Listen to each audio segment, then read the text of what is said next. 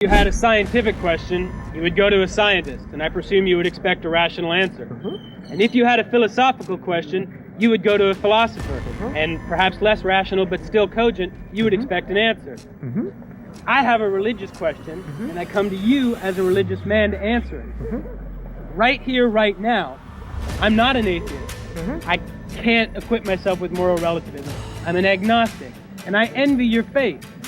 I want to know why I should believe it's more probable that there is a God than there isn't. You don't have to prove absolutely that there is one. I just want to know that it's more probable that there is than that there isn't, and I want you to show me. This is one of Cliff's educational debates where he presents his 5 reasons of why he believes that God exists. Stay tuned till the end of this video so you could decide for yourself. Okay. Thanks for asking that honest question. I appreciate it. The reason that I believe that God exists is because of certain evidence. First piece of evidence, the order and the design of the cosmos points me to some type of intelligent mind, because my experience in life is, in order to bring about order, I got to work real hard. And when I get sick, I don't go running to a neophyte.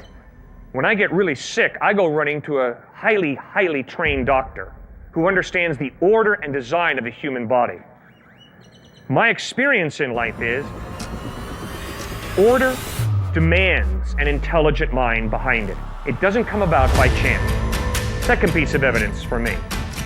Life, in my experience, always comes from life. I don't care if it's plant life, animal life, human life. You never get life out of non-life. In other words, you never get the animate from the inanimate. Therefore, is it more reasonable for me to believe in the beginning God, or is it more reasonable for me to believe in the beginning matter and energy? Because I only see life come from life, never life come from non-life, it's far more plausible, reasonable for me to believe in the beginning God. Third point, the moral argument. I think you've been standing here while I've been articulating it. I am convinced that although there are not many, there are at least a few moral absolutes. Although there's a lot of ethical gray, probably more ethical gray than ethical black and white, there at times is ethical black and white, crystal clear. Moral absolute. Moral absolute. So those are the 3 reasons. Those are 3. Order. Order design, coming from intelligent mind. Life coming from life, not from non-life. Moral absolutes. Fourth one, love. My experience of life is that love is crucial to my marriage, my family, my friendships. Love is a crucial motive in my life. If it's lacking, life turns very sterile, very empty. The only way love can be real is if there is more to reality than matter and energy. There's got to be some type of God who creates us with this innate ability to genuinely love. If there is no God, the Duke University student was correct when he said, love is simply a biological drive to preserve the genetic pool. And I said, sir, do you really think that's what motivates Mother Teresa to work among the dying in Calcutta, India? He said, yes. I have a fundamental disagreement with that. My experience in life is, no. Mother Teresa was motivated by love for the dying in Calcutta, India. That's why she did what she did. Not motivated primarily by a drive to preserve the genetic pool. That's a 4th piece of evidence. 4. Right. Do you mind if I ask some questions about Go right ahead. order? I know a little about computers, not a lot, but a little. And I know there are computer programs that write very complicated, very ordered programs that do things. Extremely ordered. But I would not go back and say that the program that wrote it is a life, or capable of love, or capable of thought in the way I think of thought. I have seen order that is caused by seemingly disorder or random occurrences. I've seen order that doesn't necessarily come from a cogent willed source. And I've seen order come from a cogent willed source that was very evil, or you would define evil. So, first of all, I would contend that I've seen, or I think I've seen order from chaos, and I know I've seen, or at least I like to think I've seen, order from what you would dictate as evil. So is it order from chaos? And if it's order only from order, why does that necessarily imply a good entity that created this order? Okay, I have strong disagreements with one point, and I strongly agree with your second point. I think it's rather clear that a computer comes from an intelligent mind. I've never met a computer that just came about by accident.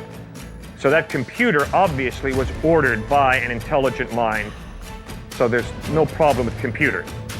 But I think you raise a tremendous issue when it comes to evil. I think you're absolutely correct. I think it's totally possible that this intelligent mind is a warped Scrooge. Okay. What was the second reason now? Just to get it Okay, right? second thing is life comes from life, not from non-life. That one's harder for me. I'm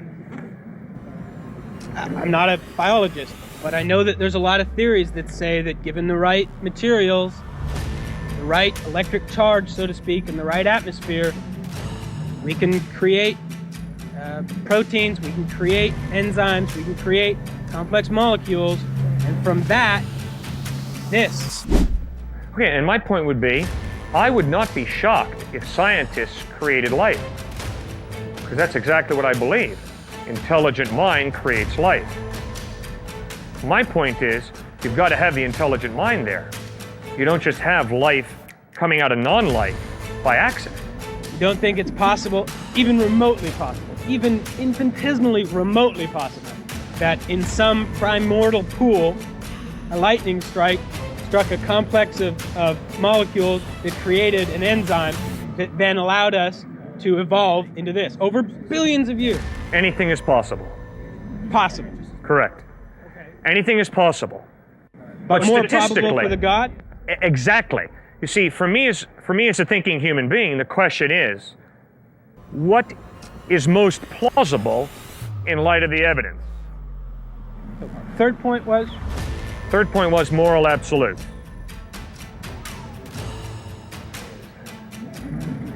I don't have a counter for that. Fourth point was love. That I don't understand. And I'd really benefit if you could explain it to me. Sure. I don't understand what you mean by it.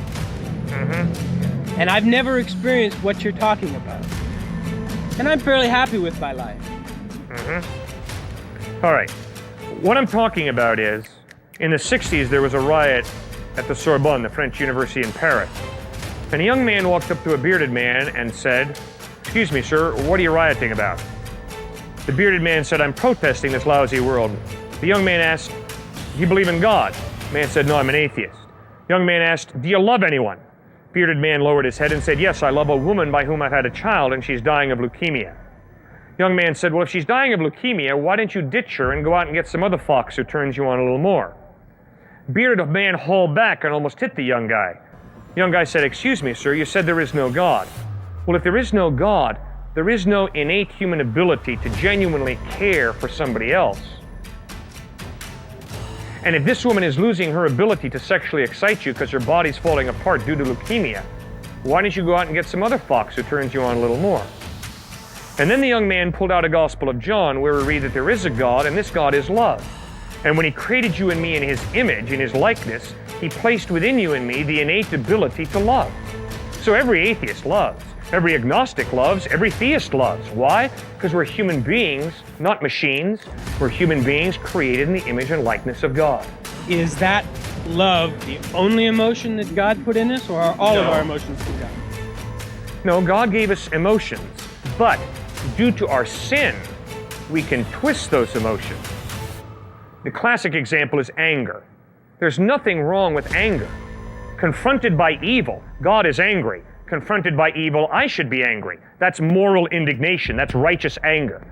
But in my selfishness, in my sinfulness, I twist anger and I lose my temper with someone because they stepped in front of me at the line at the airport. Don't they know who they just stepped in front of? And so I explode in a selfish type of anger, and that's sinful. If we tie this with your creation ex nihilo argument, creation from nothing, and a counter to it, everything here from God. Was there anything before God? Was there any before? God is eternal, so there's nothing before God. Everything from God. No, not everything from God. Because God has given you and me gifts of creativity, obviously God did not make your jacket or eyeglasses. obviously God did not build that building. And obviously if I go up to him and kick him in the jaw, that's not God kicking him in the jaw. Or if I go up to him and pull my wallet out and give him $1, it's not God giving him $1. So because God has given you and me gifts of creativity, we can create. And we do all the time.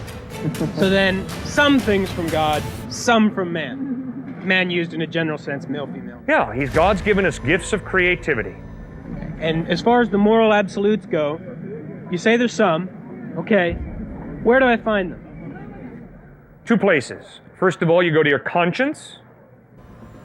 And secondly, you ask, has God revealed a standard that I can measure my conscience against? Jesus Christ claimed that he was that standard, that his ethical teachings are that standard. You can find them in the Sermon on the Mount, Matthew 5 through 7. You can find them in the 10 Commandments, Exodus 20. My conscience, the first one. First one, conscience, right. That troubles me. My conscience guides my behavior very differently from what I would assume you would guide it as yourself. That's right. I'm extremely selfish and almost exclusively act in my own interest. That's right. That is how my conscience guides me. Uh-huh. Well, I dare say, though, that occasionally you experience guilt. Maybe not often, but occasionally. My point is, Really, guilt. you've never experienced guilt? Not guilt. I've regretted my actions in the sense that they didn't have the outcome I thought they were. They weren't as beneficial to me as I thought they would be. That's regret, but not guilt. All right. Speaking for myself, at times I have experienced guilt, which means I am convinced that what I did was wrong. Compared to something other than your conscience?